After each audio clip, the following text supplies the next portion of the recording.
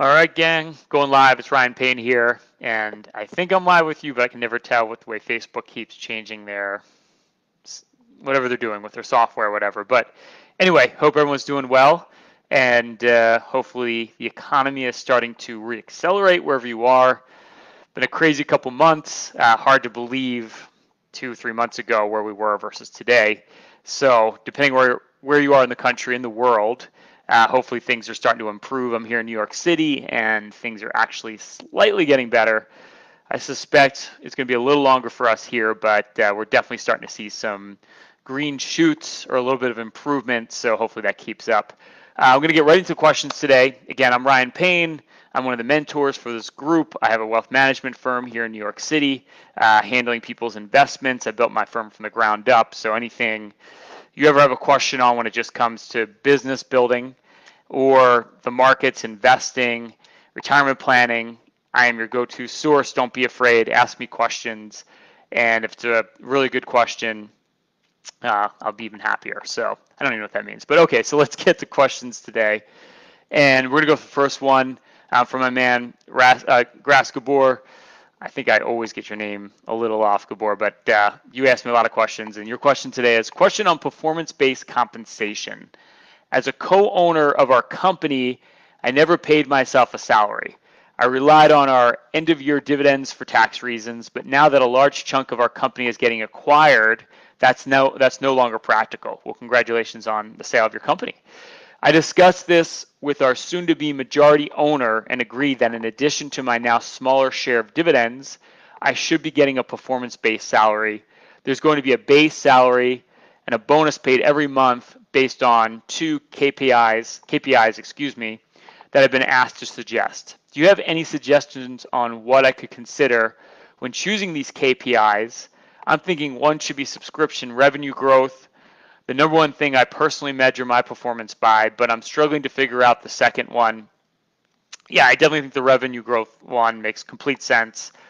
You know, for my advisors at my firm, Payne Capital Management, we do pretty much all of our compensation on some sort of measurement of, you know, how the firm is doing. And I don't know if it's all subscription revenue, but my first question would be, are there other revenue sources that your firm has?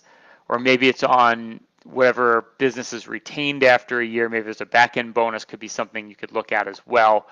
But I think something based on any sort of metric, obviously, that improves the bottom line for your owner is always the best, because then you see eye to eye. So the revenue one's a no-brainer, because obviously he's happy to pay you that percentage of revenue that you're creating.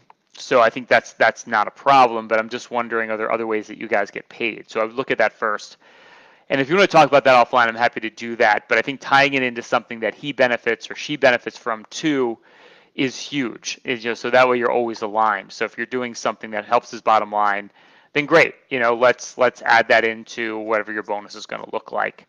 So if you give me maybe a rundown, Gabor, of just like some of the other metrics that you grow your business by. I mean, ours is pretty simple. It's straightforward. It is actually just new assets that come in mean more revenue growth. But we also have a contest with our advisors, and I don't know if this helps at all, for whoever brings the most assets in for that year, gets some sort of, in this case, there is some sort of benefit at the end of the year that they receive. So maybe it's if you hit certain hurdles on that revenue that you're growing out. If it's at one level X, you get this payout, but if it's at this level, the payout goes up. So maybe it's like incentivizing at a higher level depending on how much subscription revenue growth that you create for the business. So another thing you can think about, but I'm happy to talk to you about that offline, but definitely has to be tied into something that the new owner benefits from as well. It's just like you always want to line things up where everybody's interests are aligned, because if not, that's when the problems start to happen, especially if they have cash flow problems in the business. All of a sudden, that can definitely make the relationship fall apart a little bit. So that's my thoughts on that one.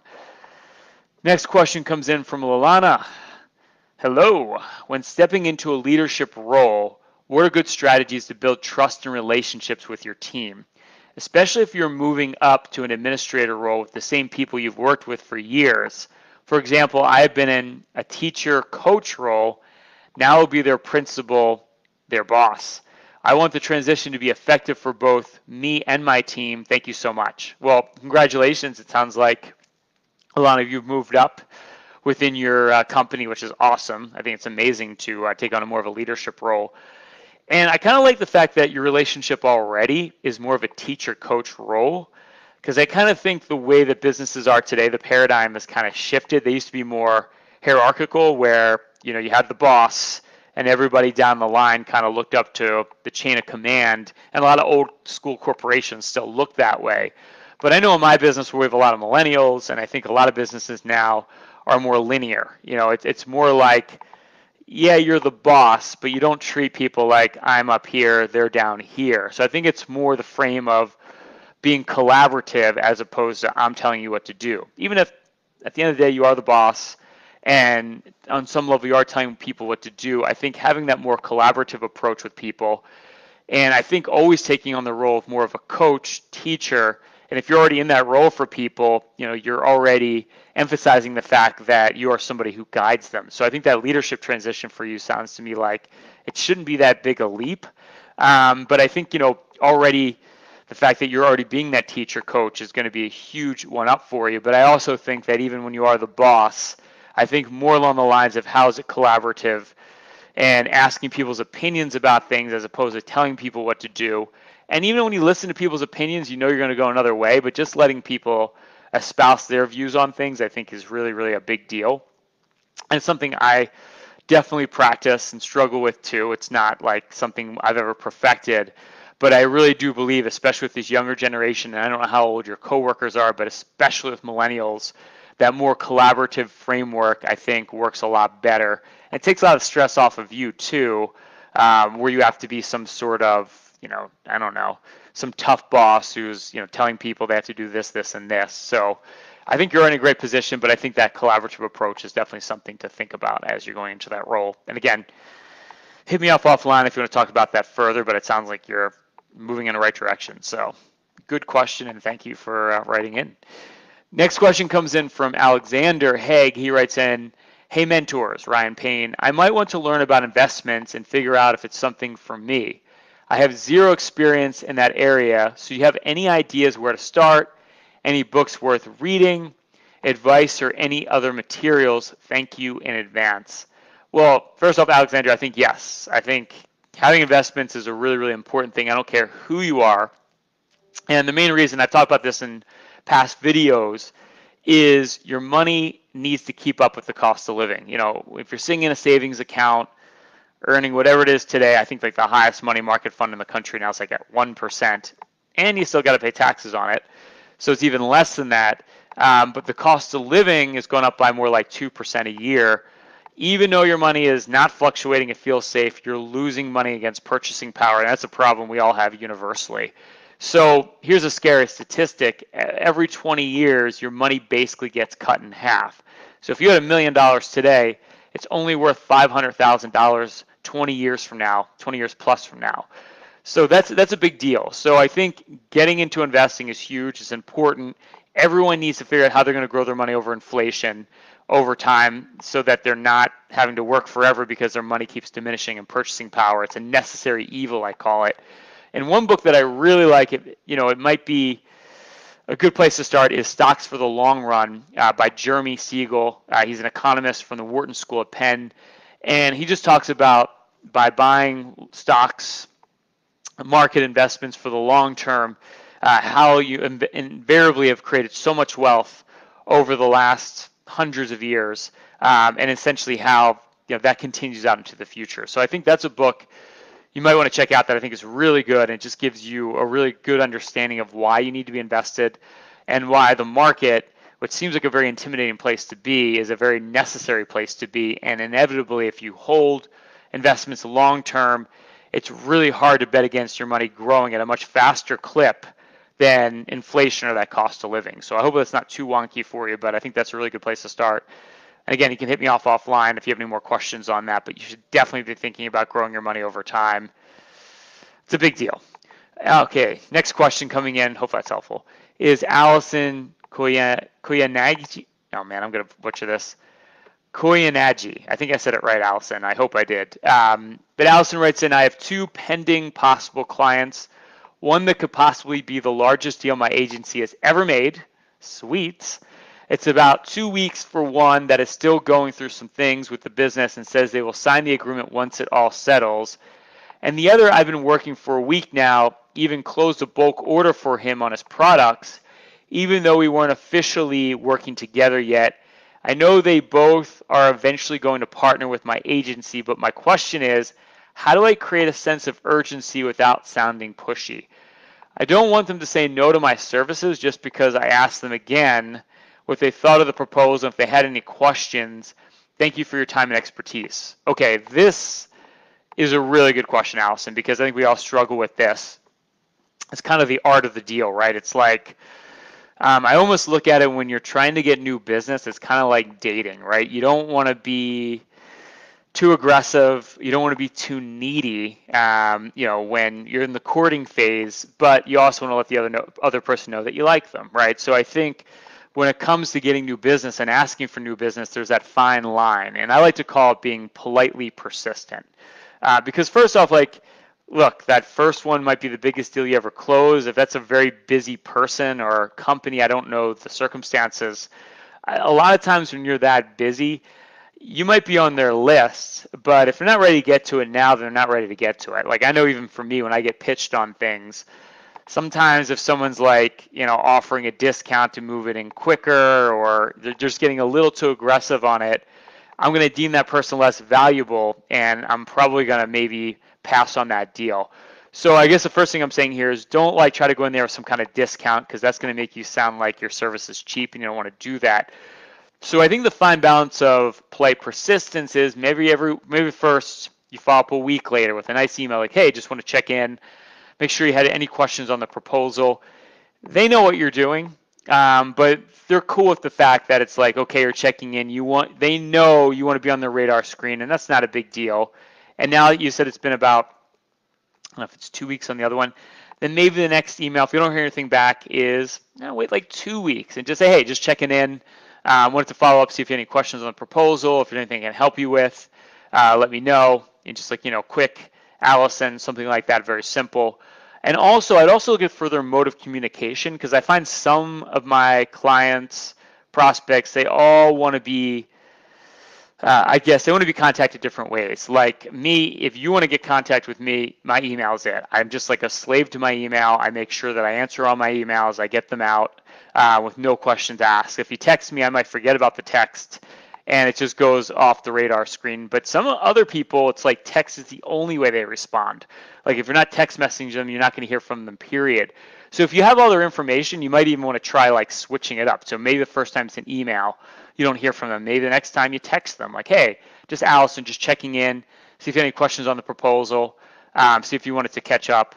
And I wouldn't even go there until it's been maybe 3 weeks and say, hey, maybe we'll catch up or something like that. And I don't know if I'm getting way into the weeds here, but point is, look at different ways to communicate with that person. Keep spacing out when you follow up. Polite persistence, not overly aggressive. You want to be in that sweet spot. Let them know you're there, but not in a way where it's like, okay. Because you don't want them to think that you need that deal so badly.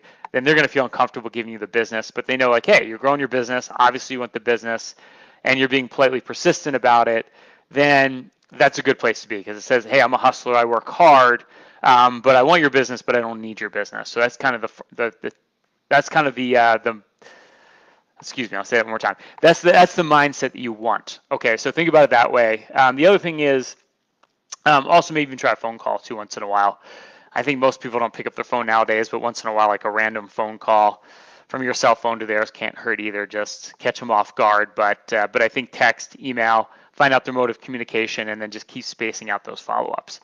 But very exciting. Love that feeling when you have those deals on the line and you just if you get those in, it's the best feeling in the world. So good luck to you. And just, I don't know, DM me if you have any other questions on that, but I think it sounds like you got some hot prospects there. Okay, next question comes in from Robin Turbin. Robin, always ask me good questions. She writes in, at this point, my expenses are very low. No kids, no car, no mortgage, no pets, no ties, etc. Once I finish paying off my credit cards, would you recommend investing for investing funds for my future business or saving for an emergency fund? Thank you. I have a tiny amount of money in Fidelity account that sits there. My brother, who knows a lot about these things, has offered to help me grow it at no charge. Would you please voice your opinion on whether or not this is a good idea? Thank you. Well, first off, always have your emergency fund first. And my rule of thumb, and this is going to be different from person to person, though, is you should have at least 6 months of expenses. Always. You just never know what's going to happen. Maybe we'll have a pandemic or something, and the economy will shut down around the globe for like 3 months. I don't know. Call me crazy. It could happen. So point is, always have that emergency fund. I wouldn't think about anything else until you make sure you have your emergency fund. You should always have it.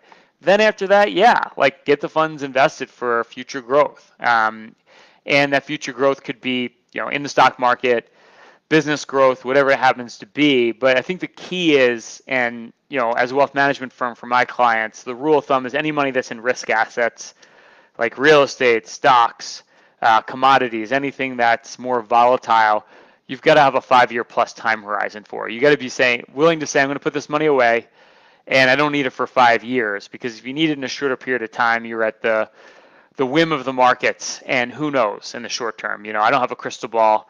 Most of those experts on Wall Street, they pretend like they know, but they don't really know. So you got to give yourself a long-term time horizon for any longer-term investments that you want to grow your wealth out for financial independence. But make sure you have that emergency fund first. I can't stress that enough. That's really, really smart to have. Okay, that's the questions. I'm going to go through the sidebar here. See if there's anything else that needs to be mentioned.